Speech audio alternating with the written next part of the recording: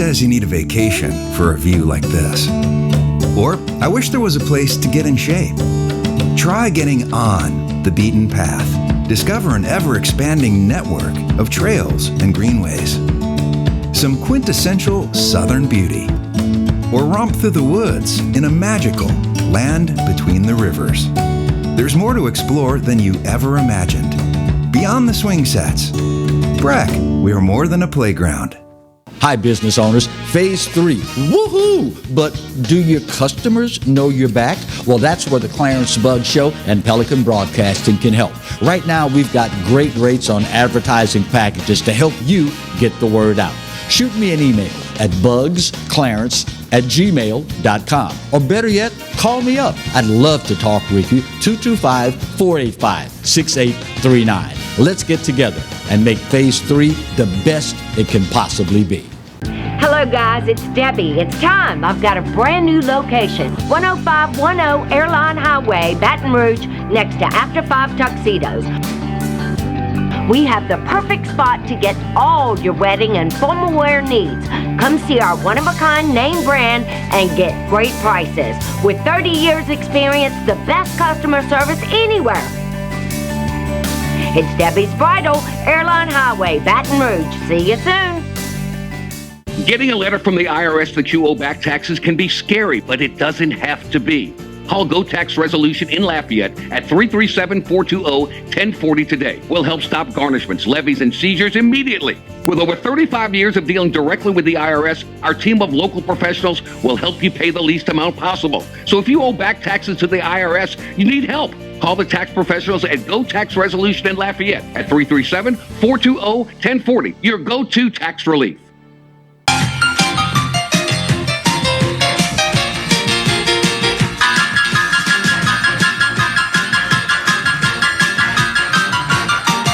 Hello and welcome as we start week 16 of the Roger Cador Show. Clarence Buggs along with the coach. Coach, we start on a little different note this week. Obviously, as LSU making preparations for the upcoming bowl game, we'll start with LSU basketball. Don't know how many people saw this coming, but right now, LSU has worked its way up to number 17 in the AP poll. Not bad. Not bad, even though it's early. Well, still early. Yeah. I don't count polls as early the way you do because that's what you, right. You know, being a coach, right. A former coach, it means very little. Uh-huh. It has meaning, but it's not as significant right. because you hadn't played one conference game yet. Right. And that's when I start looking at how important ranking is when you start playing conference opponents. Right. And then if you can get into late January, early February, and you're really doing good, right. then ranking has more significance. As you start thinking about March Madness and conference championship tournaments and so on and so forth. Is it just a crazy year? Is it COVID? Is it transfer portal? Is it a little bit of all of the above? But right now, LSU is ranked higher than Kentucky, Tennessee, Villanova, Memphis, and UConn. Is it just a strange year? Or again, Clarence, it's still early. Don't read too much into this. And it's a little bit of all of the things you mentioned. COVID-19, the transfer portal is early. And then, things just haven't settled yet. Right. I think the ashes are still falling. And I just want to wait until conference play starts. Right. But it ain't no fun if you wait till then. Well, it ain't no fun for someone like you who love excitement. I was waiting on that one. Well, I know you were. You want to create excitement out there. Terry Eason, 21 points, 8 rebounds. This young man is coming on like gangbusters. I don't know how Will Wade does it, but he has the ability to get kids to buy into whatever it is that he's selling. Well, that's what most coaches are able to do who are successful.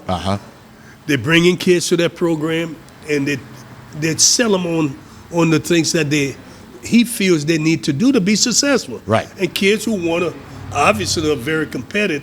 They want to listen to the coach and do what he says.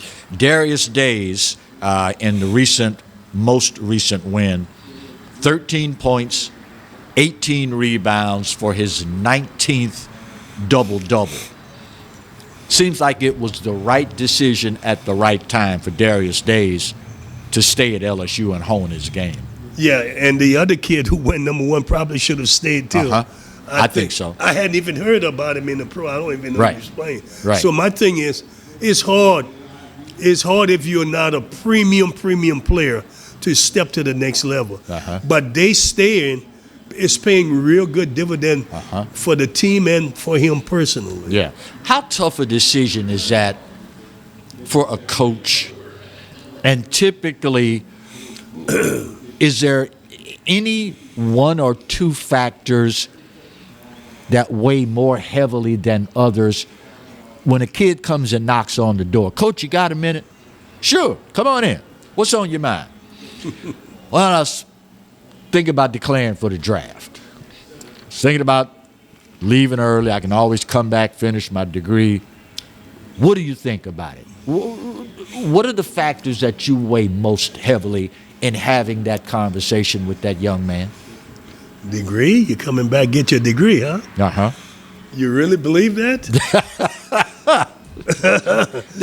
When them guys come call to you about going pro, right, and they're freshmen or sophomore, that degree is never going to be an issue here.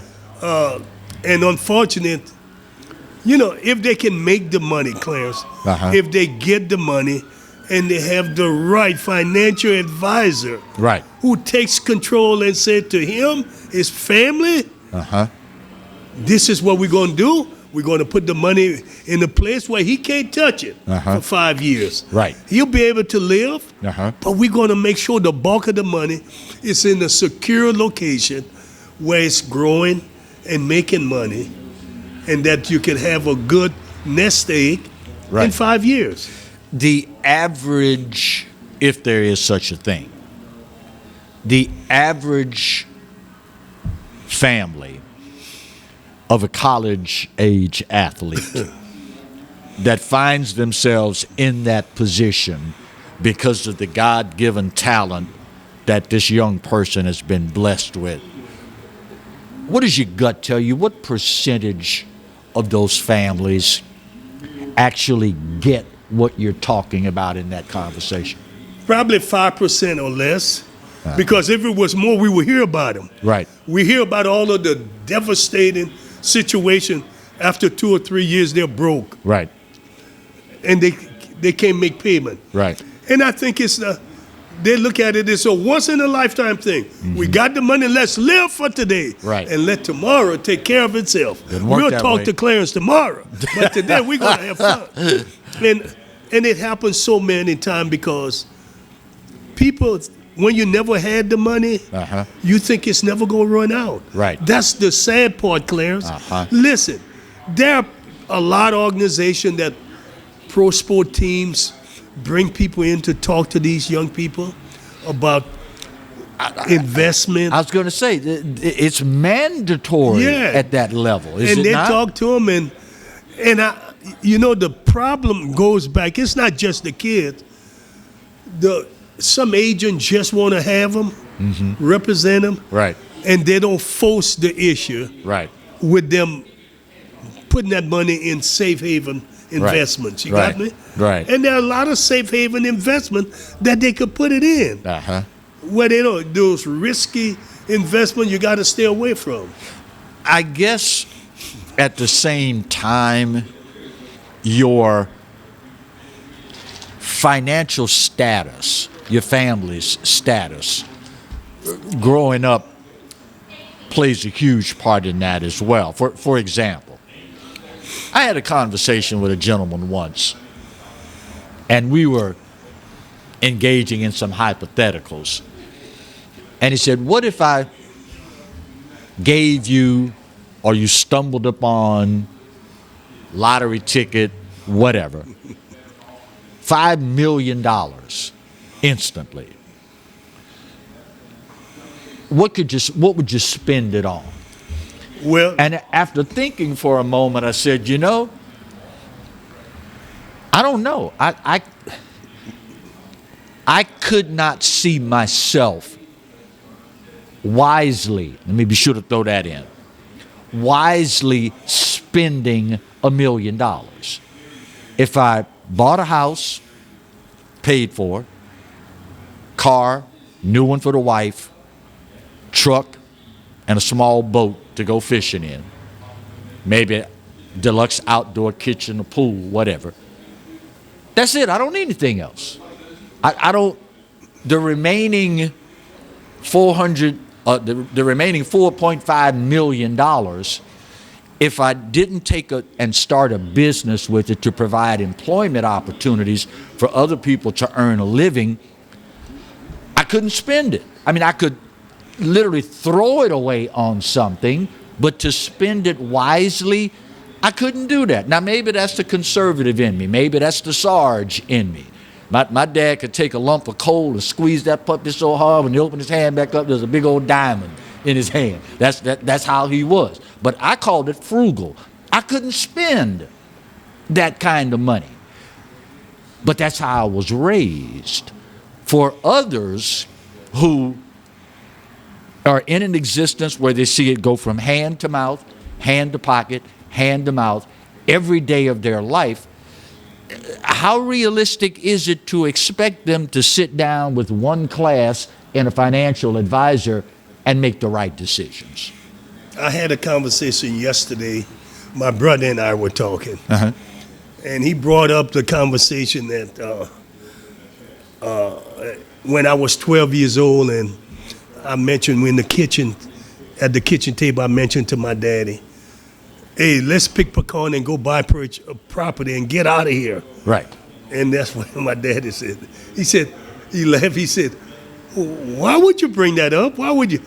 I said, at 12 years old, I said, when I mentioned it to our daddy, he must have said there's something about this kid. Right. For him to think that way. Yeah. But 12-year-olds don't think that way. Don't think that way. My brother said. Especially a 12-year-old from the island side of New Orleans. And I said, and he said, son, no. And my brother was saying, you're doing well. My daddy couldn't afford that. I don't know how we were going to do it. And I told him, after I told him how we could make the money, picking pecan to do it. Right. He said, oh, that makes sense. You were thinking that? I said, yeah. But I said, I couldn't go to the next step after he said no. Right. I took it. But I said, as I got older, I started thinking why my father couldn't go. Because he never seen anyone do what I was asking him to do. Right. No one ever bought anything there. Right. If they didn't inherit something, nobody bought. Yeah. Yeah. And I told him about Roger Bannister in 1954. There have been many people who try to run the mile. Right. They never broke the 4-minute barrier. Roger Bannister broke it in England. Right. And I said, after he broke it, many people ran sub 4-minute miles. I said the psychological barrier had been broken. I said in my father's case, our dad's case, he had a psychological barrier that was blinding him because he had never seen it. Yeah. And you started asking someone to do something that he's never seen done. Yeah. It's a difficult challenge. Yeah. Under the best of circumstances. Under the very not to best. mention the circumstances your dad was brought up under. Yeah. So I said, even at that time, I said, I understand now. And I said, 5 years after I told him that, I understood why he couldn't do it. Right. He had never seen it done. Right. I said, fortunately, I had gone to school by then, so a lot of things become clearer. And I was more of an adult now. Right.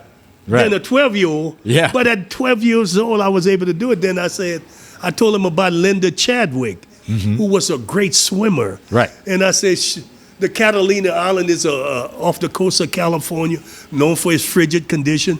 No one had ever swam the Catalina Island until Linda Chadwick did it.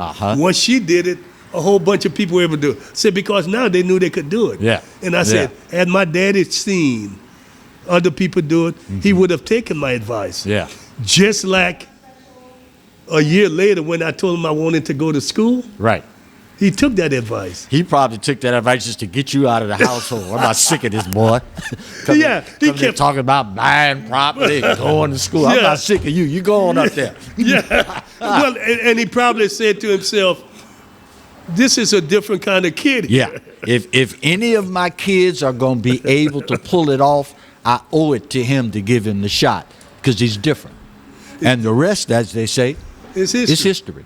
Sure it's history enough. Because, like I said, when he got to see me coach, he was smiling all the time and talk. Right. And why you did that? And Right. I said, I see you do it. Uh-huh. Made him happy. Wow. Yeah. Just goes to show you guys, girls, that not being exposed to certain things is not a crime.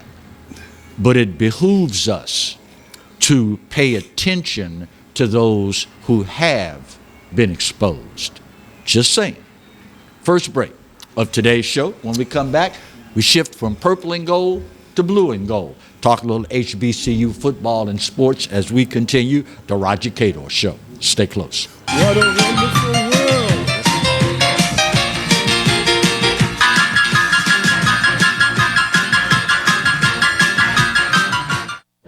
Got termites?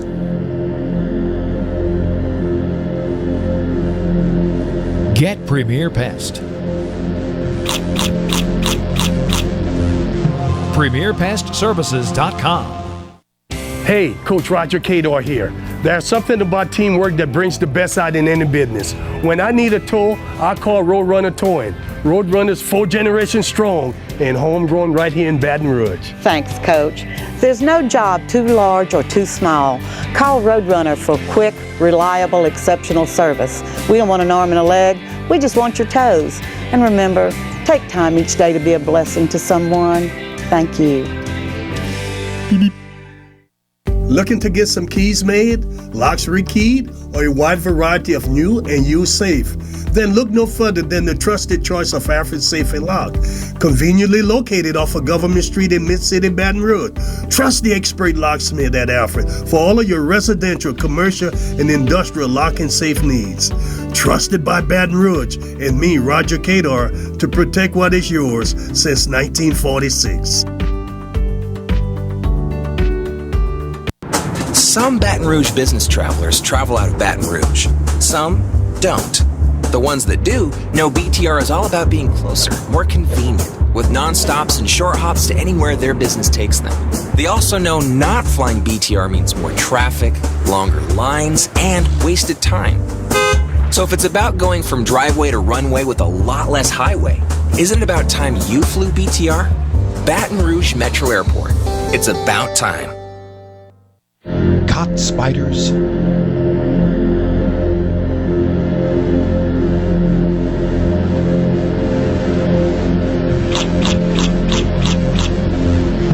Premier Pest Services.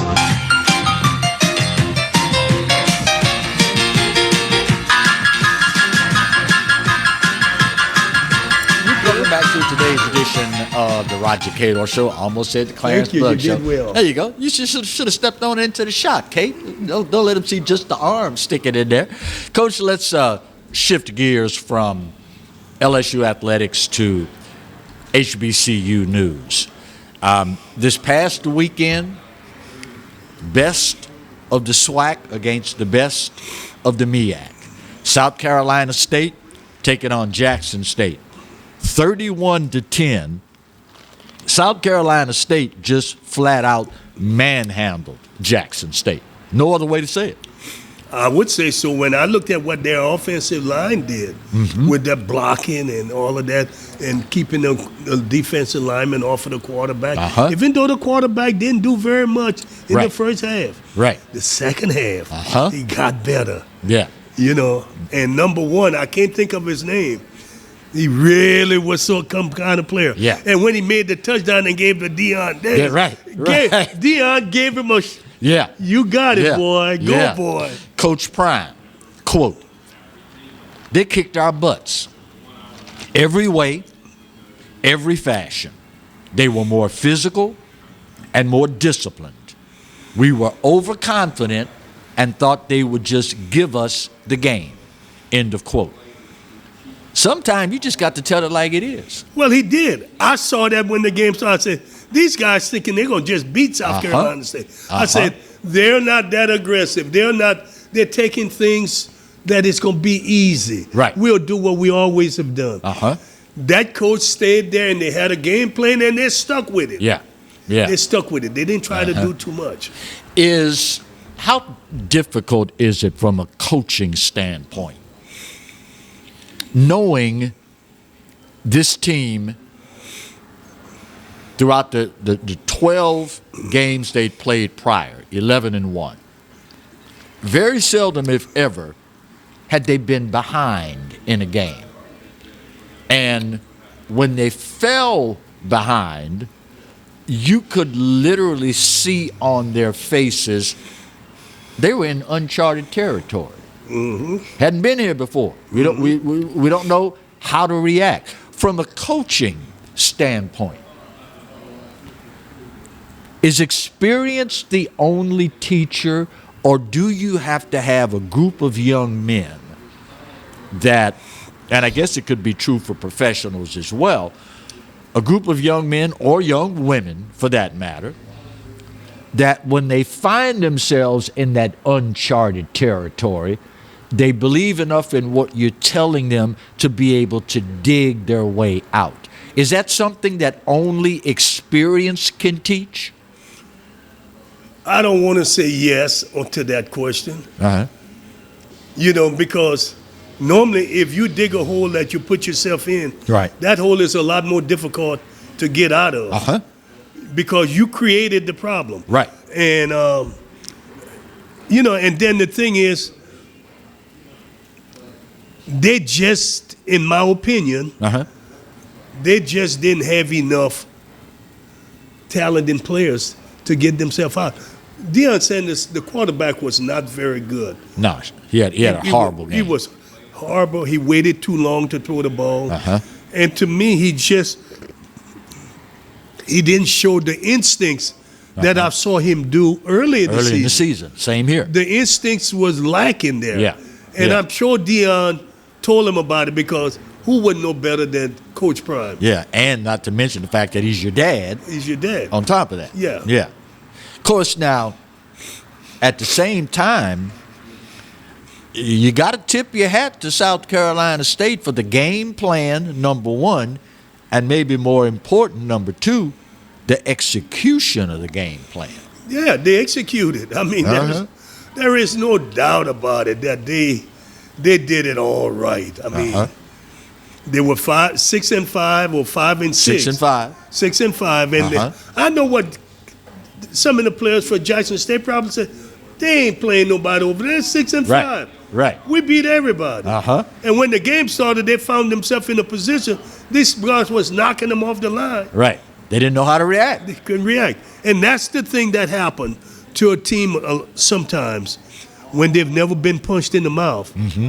They don't know. They went home weeping maybe to mama. We'll never go to daddy. Now, little Johnny, it's going to be okay, little Johnny. Ooh, you're using little Johnny. Been around you too long, guy. Yeah.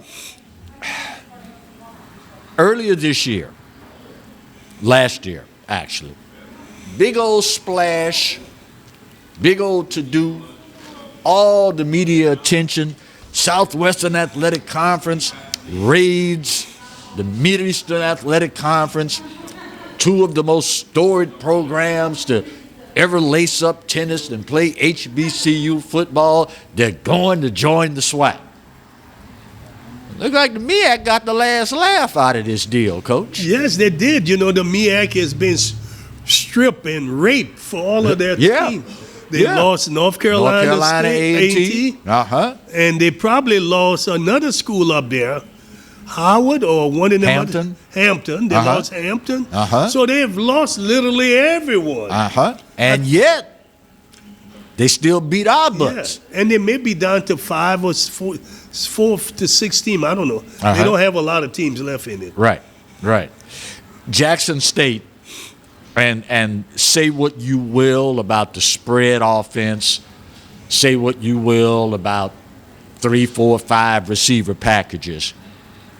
Jackson State had 19 yards rushing on 29 carries. I don't care who you play. You can't win like that, Coach. Well, I said it to a friend of mine who were talking about all of the big guys Deion had on the offense and defensive line. I said, let me tell you, I've been watching him. He's going to have to go get him some defensive linemen and offensive linemen. Oh, yeah. And 19 yards. I knew they couldn't even move those guys. Yeah. You know? Yeah. And listen, they had a great year. It's still better to come back and work from 11-2 year. Oh yeah, than a 2-11. Yeah, so they've got right. a lot to work with. He's got a lot of more talent coming in. And I look forward to an exciting year in the SWAC next year because with all the addition with the coaching and the players coming in, I just look forward to things being excited all over the SWAC. We often talk about the fact that the game is comprised of 3 equal facets: offense, defense, and special teams. South Carolina was, pardon the double entendre, they were special on special teams.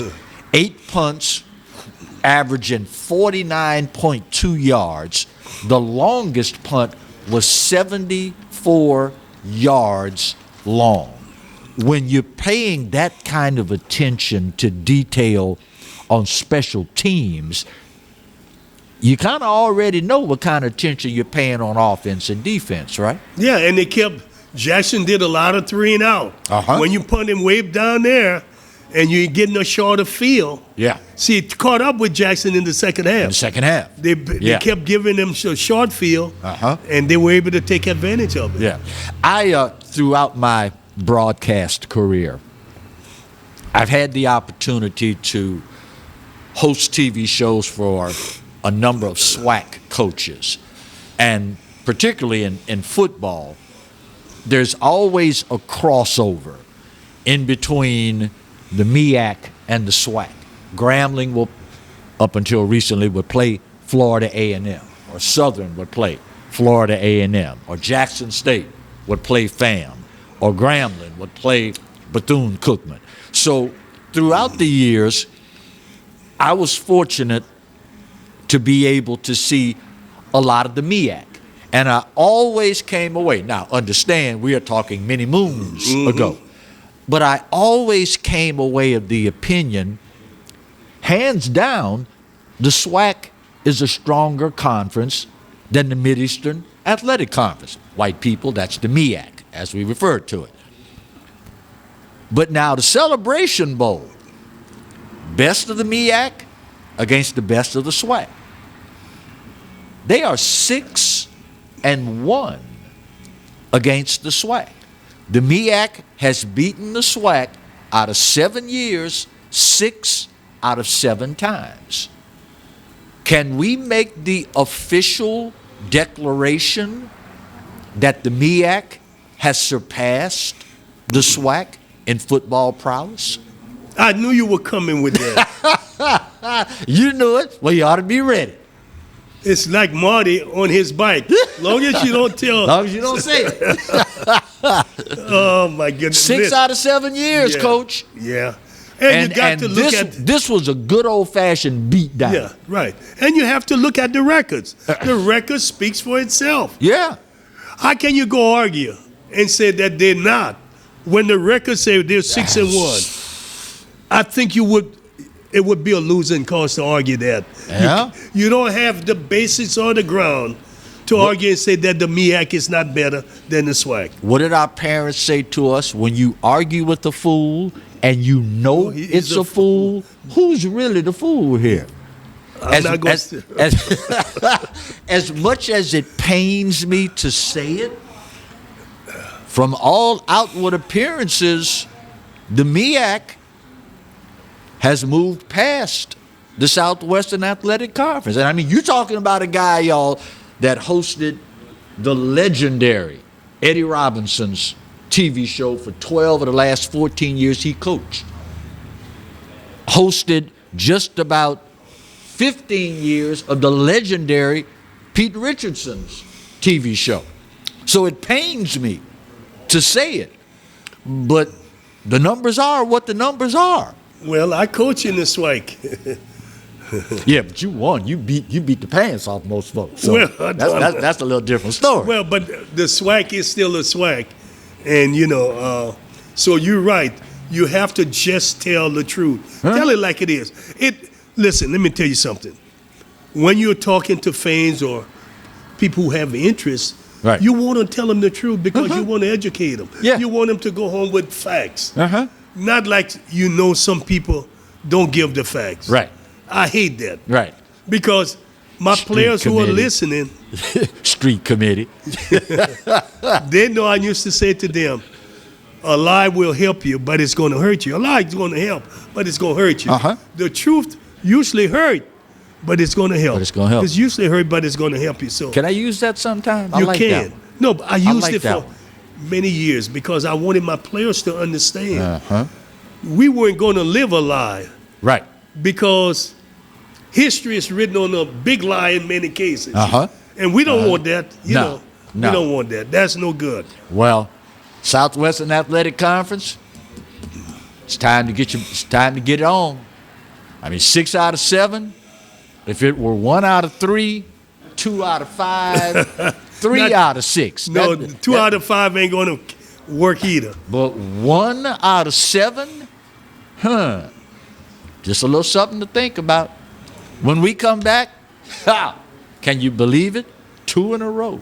The Saints and Tampa Bay, no less. We'll talk about that when we continue this week's edition of the Roger Cador Show. Yeah, you Stay made a close. big stink out of it last week.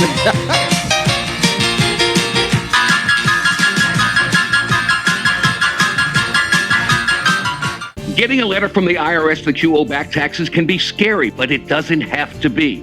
Call Go Tax Resolution in Lafayette at 337-420-1040 today. We'll help stop garnishments, levies, and seizures immediately. With over 35 years of dealing directly with the IRS, our team of local professionals will help you pay the least amount possible. So if you owe back taxes to the IRS, you need help. Call the tax professionals at Go Tax Resolution in Lafayette at 337-420-1040. Your go-to tax relief.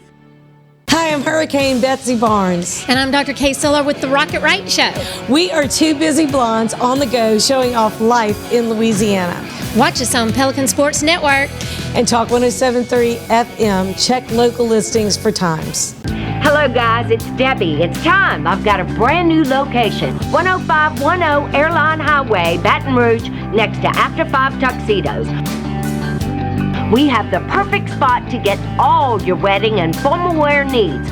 Come see our one-of-a-kind name brand and get great prices. With 30 years experience, the best customer service anywhere. It's Debbie's Bridal, Airline Highway, Baton Rouge. See you soon. Smart Baton Rouge business travelers travel out of Baton Rouge because BTR is so close and convenient, they're always one step ahead, rather than dead on their feet. So, isn't it about time you flew BTR? Baton Rouge Metro Airport. Who says you need a vacation for a view like this? Or, I wish there was a place to get in shape. Try getting on the beaten path. Discover an ever-expanding network of trails and greenways. Some quintessential southern beauty. Or romp through the woods in a magical land between the rivers. There's more to explore than you ever imagined. Beyond the swing sets. Breck, we are more than a playground.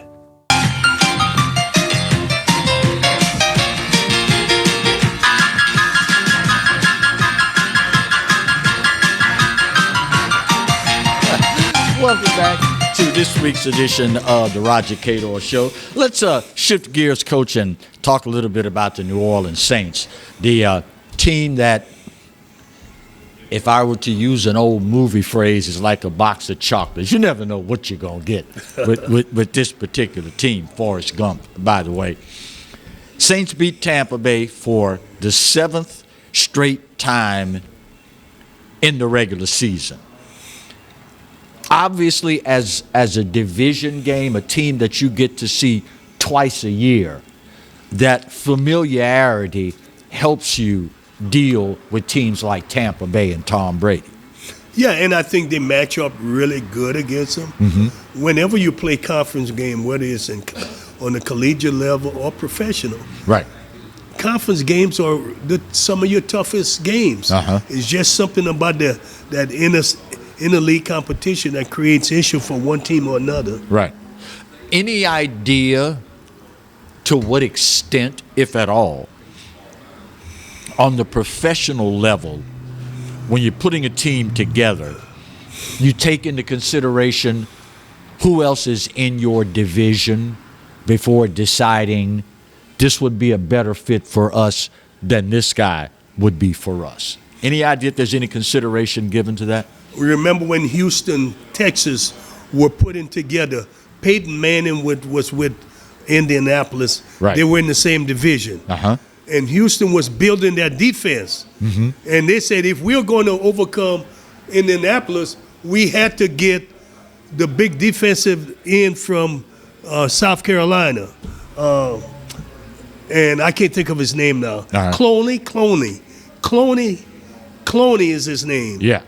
And then they had Watts. Clowney. Yeah, then they had JJ. Yeah, so they wanted the bookends that they could pin in Peyton Manning. So that's right. So they built their defense based upon having to beat Indianapolis. So that's the one time. Now, I'm sure there are other times when teams are saying, if we're going to jump over this team, right, we have to either build our defense in a certain way or our offense in a certain way. This game, 9-0 the final. And guys in the truck, if you would be so kind, you can go ahead and roll the highlights from this encounter at Raymond James Stadium. Brady's shutout streak ended at 255 games. He's never been shut out. That's huge, Coach. Yeah, he's been shut out, but he hadn't been shut out in 255 games. Since 2006, right? Right. Yeah, that is huge. But you know what? That's a record that has very little meaning. I mean, this team, the Saints, came in and really played well. That offensive line have been really good to Brady. But goes to show you, for one game, the Saints were a lot better than that offensive line. Oh, yeah. And that shifting from a 3-man down front to a 4-front, when you're not used to seeing that there you go. From the Saints, it reaped some dividends. You and I were talking before the show began about this particular game. And right there you see the classic example.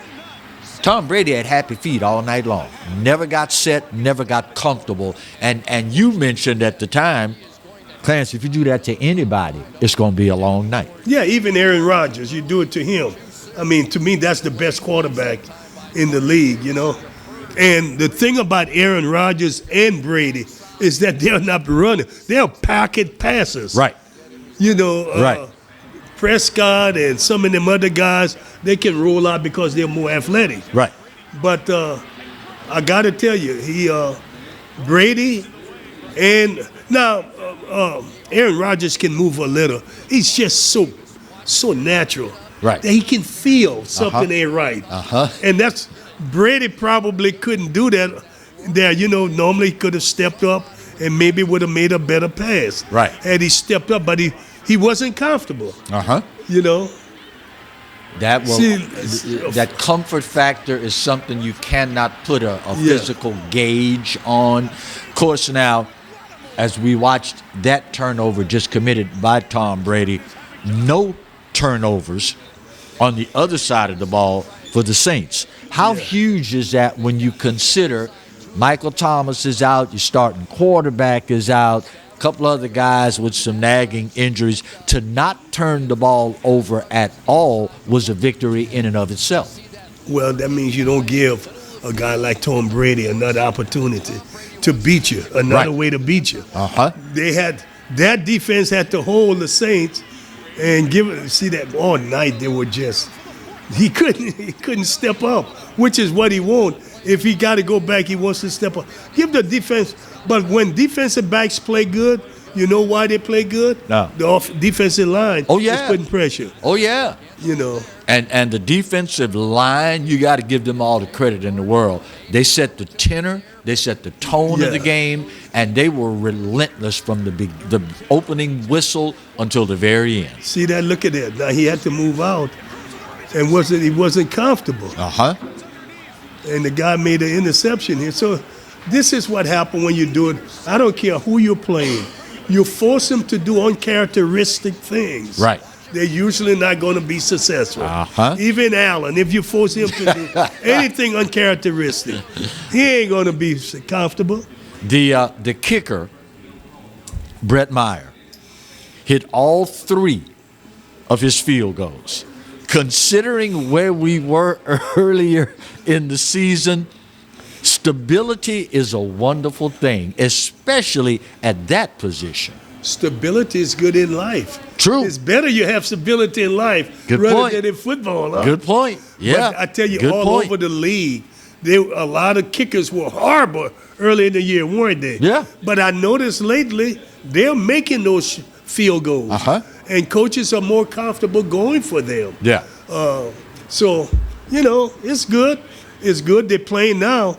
All those teams are playing for a playoff spot. And they know if we get in, anything can happen. When you take into account all that this team has gone through this year, there were some pretty high hopes that Jameis Winston, second go-round, would become more acclimated. They would be able to at least attempt to move past the Drew Brees era, start looking at some different things and some options. Then, of course, the injury comes along. The backup, Trevor Siemian, doesn't really fill the shoes all that well. Taysom Hill's hurt. Thomas is out for the season, the whole nine. All of these things taken in totality. To still be at the point where your playoff destiny remains in your own hands really says what about the NFL?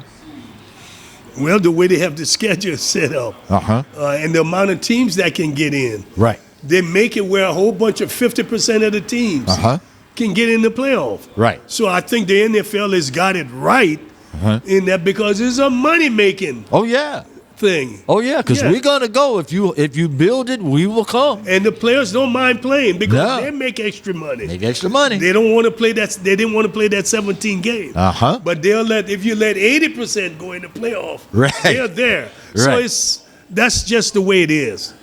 So all that being said, is that the driving force behind why you never ever give up? Unless you're talking a mathematical impossibility. I mean, who would have thought a month ago that the Saints had any realistic chance at all of making the playoffs? Well, other than you, because you kept trying to tell me, let it go, Clarence. Let it go. It's going to be all right. Because the thing is, the way the NFL set things up, they knew that they didn't want to have empty seats. Right. Yeah. If you let all those teams don't have a chance, fans ain't coming. Which is why, and I'd love to get your opinion on this. Initially, I didn't care too much for the idea, and I still haven't decided, but I see, like, say, for instance, Tampa Bay. End of the year, they will play Carolina twice in 3 weeks. We've seen times where the Saints would have Atlanta twice in 3 weeks. What's your feelings on that? I don't have a feeling on that. That's okay because obviously the schedule happened to fall that way. Right. I mean, they can't make it. It's no perfect situation when you're scheduling. And you're going to have to play them anyway because it's a division team. It's a division team, so it just will happen. I mean, I'm sure they're sticking information into a computer and it's coming out with the schedule. Right. It's based upon where you finish the previous year. Right. And then they stick it into the computer and the schedule comes out. You got me? That's the way it's done because they're never going to let the two lowest teams play each other off the beginning. The highest ranking team always play the toughest team, or the toughest schedule. I'm sorry. Right. Like Tampa Bay winning the Super Bowl, they have the toughest schedule. Right. Or supposed to be. Yeah, well, at least they should. Yeah. Now, if ladies and kids, for that matter, if you're still trying to figure out how to come out of this Christmas season a winner, big old halo on your head, still hadn't decided what to get dad or your son, for that matter, Roger and Clarence riding to the rescue. Go see our friends at Powerhouse Outdoors. You got to go see them, y'all. It doesn't matter what you're looking for. ATV, side-by-side, motorcycle, new, used, personal watercraft, Kawasaki, Suzuki, Polaris, Can-Am, Sea-Doo. You want it, they've got it. And if they don't have it, they can get it. Now, one thing you will never, ever have to worry about, service after the sale. 2323 Florida Boulevard, a little short drive right down the road to Denham. Go see them and make yourself just, be elevated all the way up here in the eyes of the family with that big old red pretty bow on that side-by-side or that ATV, or when it gets a little warmer out of doors, which will be, about a week now, that personal watercraft. Go see the good folks there. They'd love to see you, and be sure, thank them for making this segment of the Roger Cador Show possible. Final break of today's show. Still got a lot of ground to cover about some really big news involving HBCUs and football. That and more when we come back with the rest of today's edition of the Roger Cador Show. Stay close.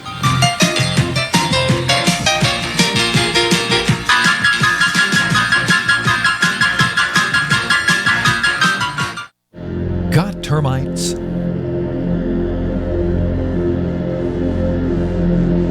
Get Premier Pest.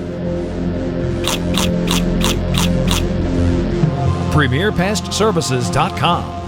Looking to get some keys made, locks rekeyed, or a wide variety of new and used safe? Then look no further than the trusted choice of Alfred Safe and Lock. Conveniently located off of Government Street in Mid-City, Baton Rouge. Trust the expert locksmith at Alfred for all of your residential, commercial, and industrial lock and safe needs. Trusted by Baton Rouge and me, Roger Cador, to protect what is yours since 1946. Hey, Coach Roger Cador here. There's something about teamwork that brings the best out in any business. When I need a tow, I call Roadrunner Towing. Roadrunner's 4 generations strong and homegrown right here in Baton Rouge. Thanks, Coach. There's no job too large or too small. Call Roadrunner for quick, reliable, exceptional service. We don't want an arm and a leg.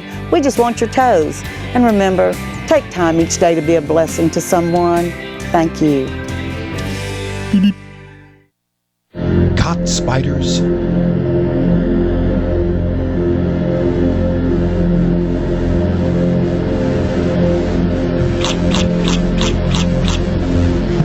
Premier Pest Services.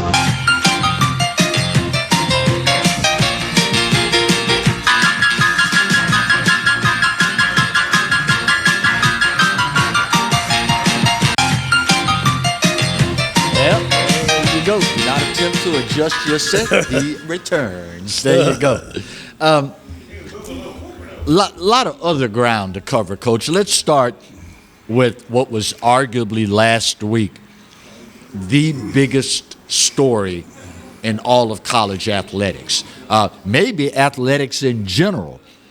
Travis Hunter, although he had previously committed to Florida State, ranked as, depending on which service you look at, either the number 1, certainly no lower than the number 2 prospect in the entire United States of America in high school football. Early signing day, he comes out and signs with Jackson State. What went through your mind when you saw the story? Well, I think the kid made a really good decision. He signed with a Hall of Famer, a guy with a lot of personality, and played the position that he plays. Yeah. And he feels that he can get information he may not get at those other places. Right. And let me just make sure that we're clear on this. It doesn't matter where he goes to school. If he's a primetime player, they're coming after him. Yep. There are any number of people, message boards, professional writers, casual fans, just all sorts of people that have made statements alluding to the fact that this kid just threw his career away, going to a little bitty school like that, first-year head coach. What do you say to a person that has that mindset, Coach? I don't really say anything to them. I mean, because we live in a great country. They're privileged to their own opinion. Yeah. But it's just another knock that they're trying to knock a historical black school down, and say that. I remember I had the honor of coaching Ricky Weeks.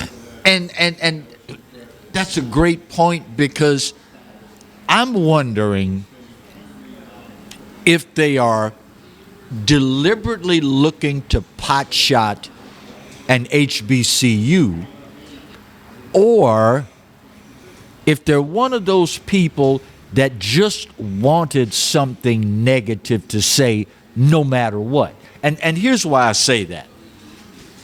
Anybody that thinks Travis Hunter just threw away his career by going to Jackson State, go to the freaking NFL record books.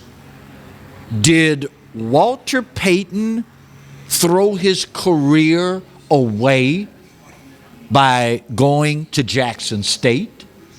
Did Jerry Rice throw his career away by going to little old bitty Itta Bena, Mississippi to play for Mississippi Valley? Did Too Tall Jones throw his career away? Did Aeneas Williams throw his career? Everson Walls throw his career? How can you make a statement that idiotic and expect somebody to take you serious?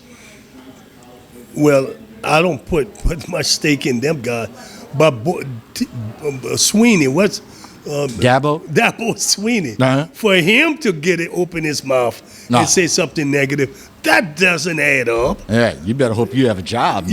Or some players may not go there. Listen, man, when they were taking players away from Eddie Robertson and all Robert Smith and them all guys, they didn't say anything.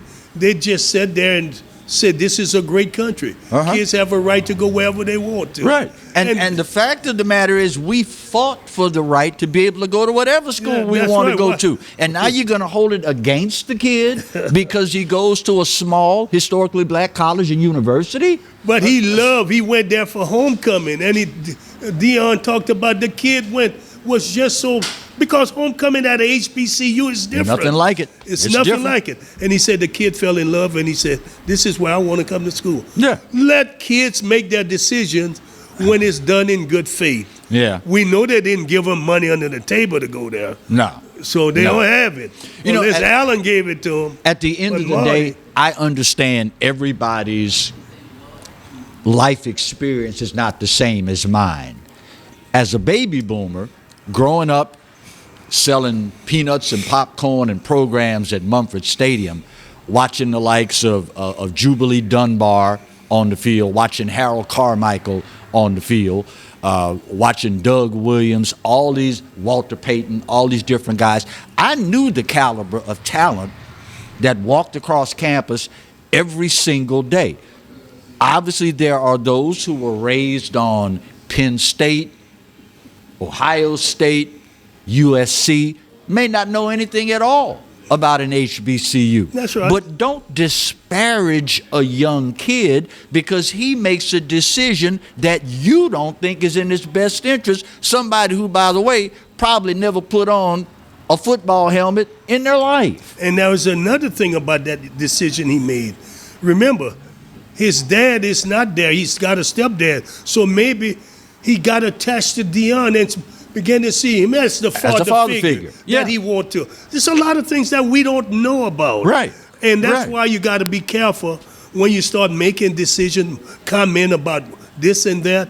That young man looked very happy with the decision he made. That's all I can go on. Yeah. He's very happy, and that's what he wants. Celebration Bowl, despite not going the way that the SWAC fans and Jackson State fans in particular wanted it to go.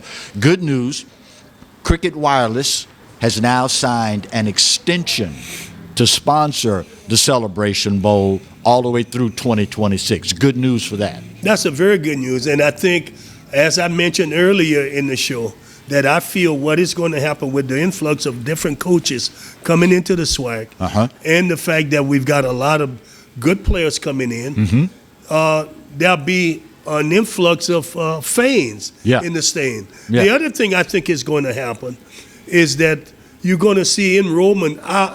It's going to be interesting to see the enrollment at Jackson State. See if it translates to additional students. I just think it will, because you can't buy the publicity they've received. Yeah. And in the state of Mississippi, where there ain't as many schools, right, like in Louisiana, right, where are they going to go? They'll be going there. You know, it's probably 6 or 7 schools, right, where we got 12 or 15 schools in the, and we have about the same amount of people in the state. Yeah. Before we get out of here, Urban Meyer let go mid-season after only 13 weeks at Jacksonville. Any surprise there? Not with what we read happen. And that's all I'm going on. Based upon what we read, right, you can't let him stay. That's not professional, and it's not acceptable. Southern University, speaking of respectable, looked extremely respectable taking on the Kentucky Wildcats in Rupp Arena. It is the first of 4 years that they're going to do an exchange with HBCUs. About time for something like that, isn't it? I think it's a really good thing that these schools recognize the value and the history of historical black school. Why not help them? We could do things that could make this country even better, Clarence. That's really what it's about. Yeah, and at the end of the day, America, for my money, is hands down the best there is. Now, that being said, we should never, ever stop attempting to be better than whatever the situation is that we are right now. That's called just being a good member of society. Pure and simple. We're going to be next week, or are we going to take off next week? Have you decided? Tune in next week. If you see us, you know we're doing it. If you don't, then we're not. On behalf of Alan, Marty, of course, Jonathan, Katie, and the coach, I'm Clarence Buggs. We'll see you next year with another edition of the Roger Cador Show. Till then, go Jags.